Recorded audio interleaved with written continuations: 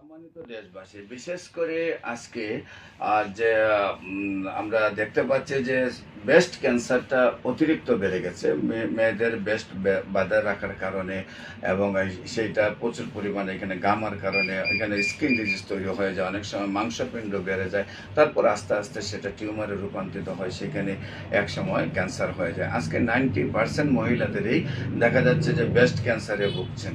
আর বিশেষ করে 100 জন ক্যান্সার রোগী পাইলে মহিলাদের মধ্যে 90 জনে পাওয়া যায় ব্রেস্ট ক্যান্সার। সেখানে আমি বলবো যে আপনার শারীরিক যে কোনো সমস্যার পরিবর্তন দেখার সাথে সাথেই আপনি একজন বিশেষজ্ঞ ডাক্তারের সাথে যোগাযোগ করুন, গাইনি বিশেষজ্ঞ ডাক্তারের সাথে যোগাযোগ করুন, বা যে এইসব বিষয়ে যারা বুঝেন ভালো তাদের সাথে যোগাযোগ করুন, তাহলে আপনার বড় ধরনের বিপদ ঘটবে না। আপনারা জানেন সাধারণত একটা টিউমারের উপরে বা স্কিন ডিজিজের উপরে বা আঘাতের উপরে ভর করে অধিকাংশ ক্যান্সারগুলো চলে আসে। সেইখানে আপনার যাতে স্তন ক্যান্সারে না ভুগতে হয়, এবং স্তন ক্যান্সার হলে আপনারা জানেন যে ব্রেস্ট কেটে ফেলে দেওয়া হয়, অনেক সময় দেখা যায় যে কেটে দেওয়ার পরেও আবার টিউমার হয়, আবার কাটতে হয়। সেখানে আমরা বলবো আপনি ব্রেস্ট ক্যান্সার থেকে স্থায়ীভাবে, ব্রেস্ট ক্যান্সার হয়ে গেলে আপনারা স্থায়ীভাবে সমাধান পাওয়ার জন্য আপনারা বিশেষ করে গণস্বাস্থ্য হোমিওতে আসুন এবং স্ক্রিনে দেওয়া নম্বরে যোগাযোগ করুন। আপনারা বিশেষ করে আমি রোগী দেখি 14 পুরানা পল্টন তারুসালা মার্কেট লিফটের 6, শনি রবি সোম এবং মঙ্গল বুধ বৃহস্পতি হবিগঞ্জ শ্মশানঘাট